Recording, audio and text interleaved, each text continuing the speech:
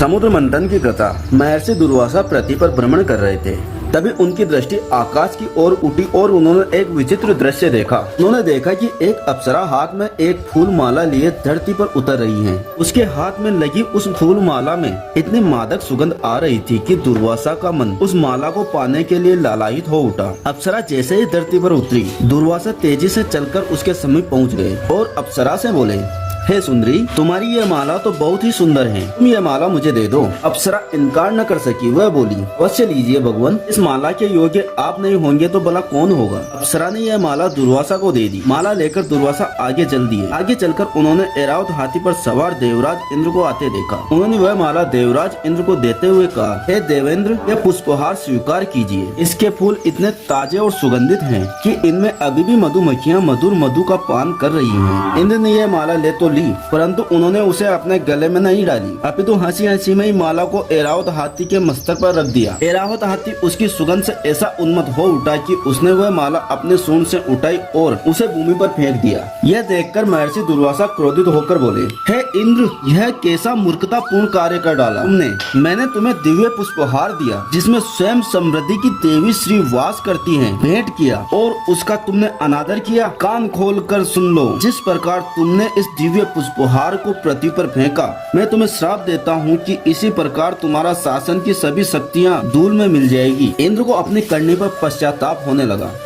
वह ऐरावत हाथी से नीचे उतरे और दुर्वासा के आगे अपना सिर झुकाते हुए बोले, हे ऋषिवर, मुझसे भारी भूल हो गई है, कृपा करके मेरे इस अपराध को क्षमा कर दीजिए। किंतु दुर्वासा टस से मस नहीं हुए। वे बोले, इंद्र, न तो मैं करुणामय हूँ और न ही मैं आसानी से किसी को क्षमा करता हूँ। मैं तुम्हारी एक भी विनती नहीं सुनूंगा। तुम तो स्वभाव से ही घमंडी हो। तुम क्या समझते हो कि मैं तुम्हारी इस दिखावटी विनम्रता से पसीज जाऊंगा। देवराज इंद्र निराश होकर चले गए। दुर्वासा के श्राप के फलस्वरूप उसी दिन से प्रकृति में परिवर्तन होने लगा। पेड़ पौधे कुमलाने लगे। इंद्र एवं अन्य देवताओं की शक्तियाँ क्षीण होने लगी। तब सभी देवता इंद्र के पास पहुँचे और उसमें विचार विमर्श करने लगे। वासुदेव बोले, देवराज, मेरे शरीर में तो एकदम से शिथिलता आ गई है। ऐसा लगता है मानो किसी अदृश्य शक्ति ने मेरी सारी शक्तियाँ निचोड़ ली हो। जीवन में कुछ भी उत्साह नहीं रह गया। अग्निदेव ने कहा, कुछ ऐसी ही हालत मेरी भी है। मेरा तो सारा शरीर ही जड़ गया हो, कुछ काम करने में ही मन नहीं लगता। देवराज इंद्र ने कहा, मैं स्वयं भी उस कारण को समझने में अक्षम हूँ। मेरे शरीर में तो जैसे जान ही नहीं रही है। जैसे ही असुरों को देवताओं के शक्तिहीन हो जाने का समाचार मिला, उन्होंने असुराधिपति के नेतृत्व में देवलोक पर दावा बोल दिया। युद्ध में बहुत से देवता मारे गए। जो बचे वे अग्निदेव के नेतृत्व में भाग खड़े हुए। स्वयं इंद्र भी किसी प्रकार जान बचाकर देवलोक छोड़ भागे और पर्वत की गिरी कंदराओं में जाकर छिप गए। अन्य देवता भागकर ब्रह्मलोक में पहुँचे। ब्रह्मलोक मेरु पर्वत पर स्थित था। वहाँ ऊंचे सघन वृक्ष, सुवासित सुमन और शीतल झरनों की कोई कमी नहीं थी, किंतु देवताओं को वहाँ की भीनी भीनी पवन भी कोई ठंडक नहीं पहुँचा सकी। उनका किसी कार्य में मन नहीं लग रहा था। पक्षियों के मधुर गान में भी अब उनकी रुचि नहीं रह गई थी। देवता ब्रह्मा जी के पास पहुँचे और उन्हें अपनी स्थिति अवगत कराते हुए बोले, हे ब्रह्मा, कृपा करके हमारी दशा को देखिए।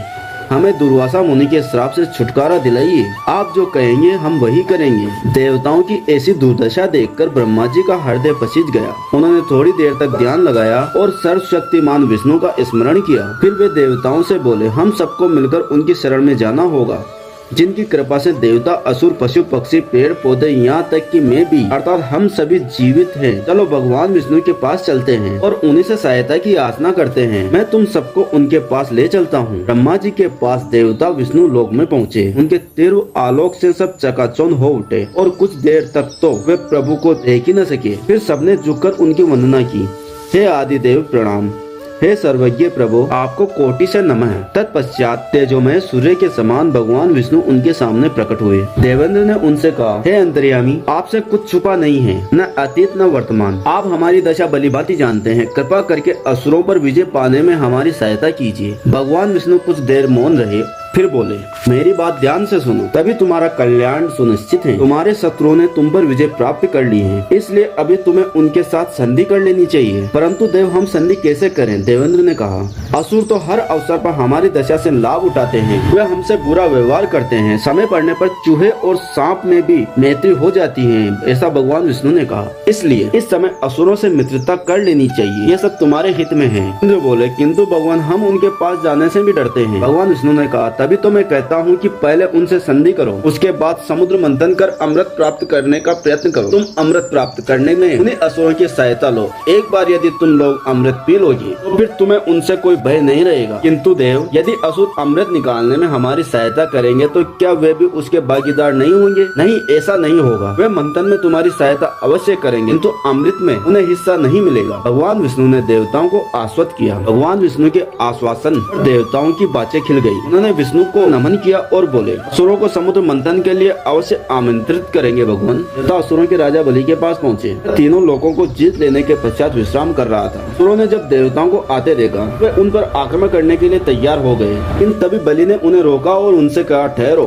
अपने हथियार नीचे रख लो। देख नहीं रहे हो, देवता निहत्ते हैं, अपने अस्त्र शस्त्र त्याग कर हमारे पास आए हैं। असुर सेनापति ने कहा, लेकिन राजन, वे हमारे शत्रु हैं, लेकिन वे शस्त्र विहीन हैं। वे शायद हमसे संधि की बात करने आए हैं, इसलिए उन्हें हमारे पास आने दो। राजा बलि ने आदेश दिया। आदेश पाकर असुरों ने अपने शस्त्र नीचे रख लिए। देवता बलि के पास पहुँचे। बलि ने उन्हें बैठने के लिए यथोचित स्थान दिया। फिर उनसे पूछा, आप लोग इतना संकट उठाकर मेरे पास क्यों आए हो? कोई प्रस्ताव लाए हो? इंद्र ने कहा, हाँ राजन, बात कुछ ऐसी ही है। बलि ने पूछा, तो फिर कहो कौन सा प्रस्ताव है वह? इंद्र बोले, पहले आप यह बताइए कि क्या आप अमृता प्राप्त करना चाहते हो? अमृत का नाम सुनते ही असुर चौंक पड़े। अभी राजा बलि ने कहा, अमृत में तो हमारी सदा से ही रुचि रही है, हम उसे जरूर प्राप्त करना चाहेंगे, लेकिन उसे प्राप्त करना तो संभव ही नहीं है। यह सुनकर इंद्र बोले, अब अमृत को प्राप्त करना असंभव नहीं है असुराधिपति, क्योंकि हमने उसे निकालने का मार्ग खोज लिया। उसके लिए हमें सबसे पहले क्षीर सागर को मथना होगा। इंद्र ने राजा बलि को विष्णु द्वारा निर्देशित अपनी पूरी योजना समझा दी। योजना समझकर राजा बलि ने कहा, यह योजना तो सचमुच ही बहुत अच्छी है, मैं इस योजना से पूरी तरह सहमत हूँ, किंतु पहले मुझे अपने मंत्रियों से विचार विमर्श करना पड़ेगा। इंद्र बोले, तो कीजिए न राजन, हम प्रतीक्षा कर लेते हैं। बलि ने अपने प्रमुख मंत्रियों संबर, अरिष्टनेमो, कोलोम और कालके आदि से सलाह की। सभी ने उस योजना का स्वागत किया। इस प्रकार कुछ समय के लिए देवताओं और असुरों में संधि हो गई। आगे कहानी देखने के लिए भाग 2 का इंतजार करें। धन्यवाद।